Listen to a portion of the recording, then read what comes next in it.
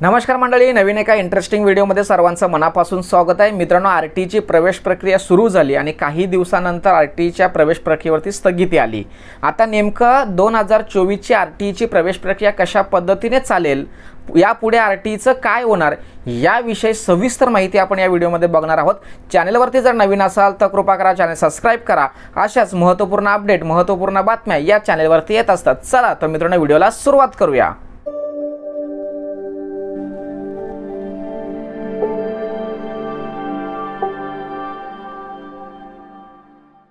मित्रांनो, 2024 ची आरटीची प्रवेश प्रक्रिया ही 2023 च्या पेक्षा वेगळी आहे। कारण 1 किलोमीटरच्या अंतरामध्ये अनुदानित जर शाळा असतील तर त्या शाळांच्या परिसरामध्ये जर इंग्लिश मीडियमच्या शाळा असतील तर आपल्याला त्या इंग्लिश मीडियमच्या शाळेमध्ये प्रवेश मिळणार नाही। या संदर्भात शासनाने शासन परिपत्रक जाहीर करून पालकांना सूचना केल्या होत्या। परंतु पालकांना जर इंग्लिश मीडियमच्या शाळा मिळत नाही तर जिल्हा परिषदच्या शाळांमध्ये प्रवेश का घ्यावा? जर समजा आम्हाला जिल्हा परिषदच्या शाळांमध्ये जर प्रवेश घ्यायचा असेल तर आम्ही आरटीच्या प्रवेश प्रक्रियेमध्ये का यावं, असा पालकांचा एक प्रश्न आहे। आणि या संदर्भात शासनाने जो नियम लादला होता, या नियमाच्या बदल्यात पालक कोर्टामध्ये गेले। कोर्टामध्ये गेल्यानंतर पालकांनी विचारणा केली की एकाएकी शासनाने आरटीमध्ये बदल का केला, काय निकष लावले, का असं करावं लागलं? जर समजा आम्हाला जर प्रवेश घ्यायचाच होता तर आम्ही जिल्हा परिषदेच्या शाळांमध्ये प्रवेश घेतला असता। इंग्लिश मीडियमच्या शाळेमध्ये प्रवेश का घ्यायचा आहे? कारण विद्यार्थ्याला चांगलं शिक्षण मिळावं यासाठी। पर शासनाने जो नियम लादला, हा नियम का लादला याविषयी किंवा एकाएकी शासनाने आरटीच्या प्रवेश प्रक्रियेमध्ये बदल का केला या संदर्भात कोर्टामध्ये याचिका टाकली। कोर्टाला विचारणा केली पालकांनी। तर पालकांना त्याबद्दल उत्तर देण्यासाठी कोर्टाने काय केलं, शासनाकडे एक लेखी स्वरूपात सविस्तर उत्तर मागितलं। कारण शासनाने हा नियम चालू सुद्धा केला आणि शासनाने हा बंद केला। का बंद केला, काय कारण आहेत या संदर्भात कोर्टाने शासनाकडे विचारणा केली। परंतु लोकसभा निवडणुकी असल्यामुळे शासनाकडून योग्य ते उत्तर वेळेत मिळालं नाही। त्यांनी मुदतवाढ मागितली। त्यामुळे कोर्टाने याबद्दल योग्य ते आन्सर पालकांना देऊ शकत नसल्या कारणामुळे 19 जूनपर्यंत या जी प्रवेश प्रक्रिया याला स्थगिती दिली। जोपर्यंत शासनाकडून योग्य ते उत्तर मिळत नाही तोपर्यंत योग्य तो न्याय पालकांना देता येणं शक्य नाही। म्हणून शासनाच्या विनंतीनुसार 19 जूनपर्यंत या प्रवेश प्रक्रियेला स्थगिती मिळाली। जोपर्यंत त्यांच्याकडून उत्तर येत नाही तोपर्यंत पालकांना योग्य तो उत्तर देता येत नाही, म्हणून ही प्रवेश प्रक्रिया थांबवण्यात आलेली आहे। आता मित्रांनो, तुम्हाला एक प्रश्न पडला असेल की आरटी प्रवेश प्रक्रियेमध्ये शासनाने बदल का केला? कारण बदल यासाठी केलेला असेल, म्हणजे आता नेमकं आपल्याला उत्तर सांगता येणार नाहीये, पण आपला एक अंदाज, म्हणजे माझा एक अभ्यास किंवा माझा एक अंदाज सांगतो की जिल्हा परिषदच्या ज्या शाळा असतात त्या शाळांमध्ये विद्यार्थी संख्या कमी झालेली आहे। त्या ठिकाणी 2, 4, 5 असे विद्यार्थी असतात, परंतु त्या ठिकाणी 1 शिक्षक 2 शिक्षक असतात। आता शिक्षकांचा पगार यावरती आपल्याला जायचं नाहीये, परंतु जिल्हा परिषदच्या शिक्षकांच्या तुलनेने विद्यार्थी संख्या अतिशय कमी झालेली आहे। ही विद्यार्थी संख्या वाढवली गेली पाहिजे। या समजा आता ज्या जिल्हा परिषद शाळा असतात त्यांचा शिक्षणाचा दर्जा वाढवला गेला पाहिजे। आता हे कधी शक्य होणार? ज्या वेळेस त्या जिल्हा परिषदच्या शाळांमध्ये विद्यार्थी संख्या वाढली जाणार। यामुळे या सगळ्या गोष्टी आहेत। मग जर समजा आरटीचा नियम सांगता, म्हणजे शासनाने हा नियम किंवा शासनाने हा जो परिपत्रक काढला, हा परिपत्रक का काढला असेल, कशाच्या निकषावरती काढला असेल, तर सर्वात महत्त्वाचा आरटीचा नियम काय सांगतोय की तुमच्या आजूबाजूला कोणत्याही शाळेमध्ये तो विद्यार्थी शिकला पाहिजे। ती शाळा इंग्लिश मीडियमचीच असावी किंवा मराठी माध्यमची असावी असं नाहीये। शासनाचा नियम असा आहे की म्हणजे समाजातील प्रत्येक विद्यार्थी पहिलीपासून तर 7वी किंवा 8वी पर्यंत प्रत्येक विद्यार्थी हा शिक्षणाच्या प्रवाहात आला पाहिजे। त्यामुळे ही शाळा इंग्लिश मीडियमची आहे किंवा ही शाळा मराठी मीडियमची शाळा आहे याचा विचार आरटीमध्ये होत नाही। परंतु यापूर्वी मात्र आरटीमध्ये शासनाने मराठी मीडियमच्या शाळा ॲड नव्हत्या केल्या, त्यामुळे साहजिकच सर्वच पालक आरटीई म्हणजे काय तर इंग्लिश मीडियमच्या शाळेमध्ये प्रवेश घेणं असा समज होता। परंतु शासनाने त्या नियमामध्ये बदल केला आणि बदल म्हणजे काय, बदल नाही केला, फक्त काय केलं तर मराठी मीडियमच्या शाळा इन्क्लूड केल्या, मराठी माध्यमांच्या शाळा ॲड केल्या। त्यामुळे हा सर्व नियम जो आहे हा वेगळ्या दिशेने गेला। आता हा जो नियम आहे हा म्हणजे चेंज होईल का, कशा पद्धतीने करता येईल, आता शासन काय करणार आहे? शासनचा एकच उद्देश आहे की इंग्लिश मिडियमच्या शाळांमध्ये प्रवेश घेण्याच्या ऐवजी मराठी मिडियमच्या शाळेमध्ये प्रवेश घ्या, तिथली गुणवत्ता वाढली पाहिजे, तिथली विद्यार्थी संख्या वाढली पाहिजे, हा एक विषय. दुसरा महत्त्वाचा विषय, आत्तापर्यंत म्हणजे 2014-15 पासून जे RTEचे जे प्रवेश प्रत्येक शाळेमध्ये आहेत, त्या शाळेमध्ये असलेल्या संस्थांना पैसे आणखी पुरवले गेले नाही आहेत. हा शासनावरती खूप मोठा लोड आहे. समजा प्रत्येक वर्षी 1 लाख जर विद्यार्थी RTमध्ये प्रवेश घेतील तर त्यांची फी किंवा त्यांचे जे पैसे आहेत हे पैसे त्या संस्थेला द्यावे लागतात, इंग्लिश मिडियमच्या शाळांना द्यावे लागतात. परंतु हे पैसे शासनाला देणं शक्य नाही आहे. मग कुठेतरी या नियमामध्ये बदल करावा लागला. मित्रांनो, कोर्टाने या प्रवेश प्रक्रियेवरती स्थगिती आणलेली आहे. आता ही स्थगिती हटवण्यासाठी, उठवण्यासाठी किंवा रद्द करण्यासाठी योग्य ते उत्तर कोर्टाकडे पाहिजे. आता नेमका हा निकाल कोणाच्या बाजूने लागणार? पालकांच्या बाजूने लागणार की शासनाच्या बाजूने लागणार? आता शासनाच्या बाजूने का लागू शकतो याचा विचार जर आपण केला, कारण RTEचा नियम काय सांगतो की प्रत्येक विद्यार्थी शिक्षण प्रवाहात आला पाहिजे. म्हणजेच काय तर मराठी माध्यमच्या शाळा असो किंवा इंग्लिश मिडियमच्या शाळा असो, कुठल्याही शाळेमध्ये प्रवेश घेऊन तो विद्यार्थी शिक्षणाच्या प्रवाहात आला पाहिजे, याला म्हणतात RTE.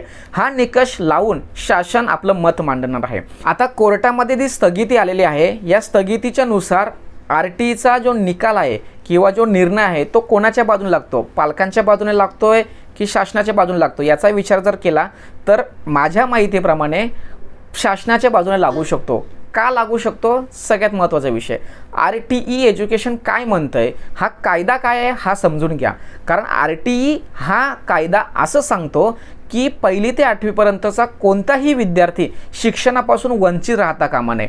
शासन काय म्हणतंय की जर समजा तुम्हाला शिक्षण घ्यायचंच आहे तर ते इंग्लिश मिडियमच्या शाळांमध्येच मिळालं पाहिजे असं नाही. तुम्हाला जिल्हा परिषदच्या शाळेमध्ये सुद्धा ते शिक्षण मिळू शकतो. तर शासनाची एक चूक अशी असू शकतो. आता आपण शासनाच्या जे नियम किंवा अटी आहेत आपण त्याला क्रॉस जात नाही आहे, परंतु शासनाने मात्र यापूर्वी काय केलं होतं की जे RTE प्रवेश प्रक्रिया होती, या RTEच्या प्रवेश प्रक्रियेमध्ये फक्त इंग्लिश मिडियमच्या शाळा सिलेक्ट करायला येत होत्या. परंतु यावर्षी मात्र काय केलं आहे यावर्षी मात्र काय केलं आहे की त्यांनी RTEच्या प्रवेश प्रक्रियेमध्ये जिल्हा परिषदच्या शाळासुद्धा दिलेल्या आहेत. आणि त्यांनी एक पॉईंट असा टाकला आहे की जर तुम्हाला RTEमध्ये प्रवेश घ्यायचा असेल, म्हणजे RTEच्या माध्यमातून जर प्रवेश घ्यायचा असेल तर पहिलं रेफरन्स तुम्हाला काय करायचं आहे? मराठी माध्यमाच्या म्हणजे अनुदानित शाळांच्या, अनुदानित ज्या शाळा असतात त्या शाळांना तुम्हाला रेफरन्स द्यायचं आहे, ते पहिले सिलेक्ट करायचं आहे. आणि जर ज्या 1 किलोमीटरच्या परिसरामध्ये जर मराठी माध्यमच्या ज्या शाळा नसतील तर तुम्हाला इंग्लिश मिडियमच्या शाळा सिलेक्ट करता येतील, असा हा नियम यावर्षी लावला. फक्त पालकांचं असं मत आहे की जर समजा आम्हाला इकडे ॲडमिशन घ्यायचं असेल तर मग आम्ही RTEमधून का, आम्ही डायरेक्टली प्रवेश घेऊ शकतो, अशा पालकांचा समज आहे. आणि दुसऱ्या पालकांचा असा एक मत आहे की जर समजा तुम्ही इंग्लिश मिडियमच्या शाळांसारखं जिल्हा परिषदच्या शाळांमध्ये जर तुम्ही चांगल्या सोयीसुविधा जर दिल्या तर आम्ही तिथे ॲडमिशन घेऊ. अशा सगळ्या गोष्टी आहेत. फक्त RTEचा जो कायदा किंवा नियम आहे हा पालकांनी समजून घेणं गरजेचं आहे. परंतु पालकांचाही यामध्ये दोष नाही आहे, कारण यापूर्वी शासनाने जो नियम ठरवला होता त्यामध्ये मराठी माध्यमच्या शाळा किंवा अनुदानित शाळा नव्हत्या. परंतु एकाएकी शासनाने काय केलं, मराठी मिडियमच्या शाळासुद्धा यामध्ये इन्क्लूड केल्या आणि एक अट ठेवली की पहिलं प्राधान्य तुम्हाला काय करायचं आहे, मराठी मिडियमच्या शाळांना प्राधान्य द्यायचं आहे. ह्या सगळ्या गोष्टी एकंदरीत या व्हिडिओच्या माध्यमातून आपल्याला 2-3 पॉईंट लक्षात घेतलं पाहिजे. सर्वात महत्त्वाचा पॉईंट, RTEच्या प्रवेश प्रक्रियेला कोर्टाने स्थगिती का दिली? कारण शासनाने जो नियम चालू केला आहे हा नियम का चालू केला, म्हणजे हा जो नवीन नियम लागू केला हा नियम लागू का केला याचं उत्तर जोपर्यंत येत नाही तोपर्यंत प्रवेश प्रक्रियेला स्थगिती दिली. हा सगळा. आता या स्थगितीनंतर RTEचं काय होणार तर सगळ्यात महत्त्वाचा विषय, हे सर्व म्हणजे शासनाचं सुद्धा म्हणणं ऐकून घेतलं जाणार, पालकांचं म्हणणं ऐकून घेतलं जाणार आणि यानुसार कायदा काय म्हटलं जातं, कायदा काय म्हणतोय किंवा पालकांच्या सोयीनुसार शासनाच्या सोयीनुसार योग्य तो मार्ग निघतोय काय याचा विचार केला जाणार आहे. तत्पूर्वी पालकांनी काय करायचं आहे, ज्या शाळांमध्ये आपल्याला प्रवेश घ्यायचा आहे त्या शाळांमध्ये एक प्राथमिक तुम्ही अर्ज करून ठेवा, प्राथमिक फॉर्म भरून ठेवा. ज्यावेळेस RTE सुरू होईल, आता RTE कोणाच्या दिशेने निर्णय देतोय, कोर्ट कोणत्या दिशेने निर्णय देतो हे सांगता येत नाही, शासनाच्या दिशेने देतोय किंवा पालकांच्या दिशेने देतोय हे सांगता येत नाही. कारण 19 जूनपर्यंत शासनाकडून सविस्तरपणे म्हणणं लेखी स्वरूपात मागविलेला आहे आणि 19 जून आणि 15 जूनला शाळा सुरू होतात. तर तुम्ही एक विचार करा की विद्यार्थ्याचं, आपल्या मुलाचं वेजसुद्धा निघून जाऊ शकतो किंवा त्याचं शैक्षणिक नुकसान होऊ शकतो. असा विचार करत असताना आपण काय करायचं आहे, सरळ जायचं आहे आणि ॲडमिशन घेऊन टाकायचं आहे. कारण कोर्टाचा निर्णय हा लगेच लागेल असं सांगता येत नाही किंवा म्हणजे तारखेवर तारीख येऊ शकते. RT ही खूप लांबू शकते. तुमच्या विद्यार्थ्याचं नुकसान करू नका म्हणून एक प्राथमिक जाऊन फॉर्म भरून घ्यायचं आहे. ॲकॅडमिक वर्ष सुरू झालं म्हणजे मुलाचं नुकसानसुद्धा होणार नाही आहे आणि RT चालू झाली आणि जर शासनाने नवीन नियम रद्द करून पूर्वीसारखंच जर चालू केलं तर आपल्याला मुदतवाढ मिळेल, प्रवेश प्रक्रियेमध्ये फॉर्म भरता येतील. आता असं काही म्हणणं असेल काही पालकांचं का बाबा आम्ही ऑनलाईन फॉर्म भरला आहे मग आमचं काय होणार, तर सध्या काहीच सांगता येणार नाही किंवा काहीच सांगता येणार नाही कारण शासनाने जे RTचा पोर्टल आहे सद्यस्थितीला बंद ठेवलेला आहे. आता 2-3 गोष्टीचा विचार केल्यानंतर RTची स्थगिती का आली, तर या कारणामुळे स्थगिती आली. पालकांचं म्हणणं आणि शासनाचं म्हणणं या दोन्ही गोष्टींवर स्थगिती आलेली आहे. पालकांचं म्हणणं आणि शासनाचं म्हणणं जेव्हा समोरासमोर ठेवलं जाणार तर योग्य तो निर्णय कोर्ट घेईल आणि त्यानुसार निर्णय 19 जून नंतरच्या सगळ्या गोष्टी समजतील. तोपर्यंत पालकांनी काय करायचं आहे, आपल्या मुलाचं प्रवेश एखाद्या ज्या शाळेमध्ये आपल्याला घ्यायचं आहे त्या शाळेमध्ये घ्यायचं आहे. मित्रांनो, अतिशय महत्त्वाची थोडक्यात स्पष्टीकरण देण्याचा प्रयत्न केलेला आहे. समजून घ्या RT काय आहे, RTला स्थगिती का आलेली आहे, कायदा काय सांगतोय आणि त्यानुसार संपूर्ण पालकांनी विचार करायला पाहिजे. ही व्हिडिओ सर्वांसाठी उपयुक्त इम्पॉर्टंट आहे. सर्वांना शेअर करा. तोपर्यंत जय हिंद, जय महाराष्ट्र.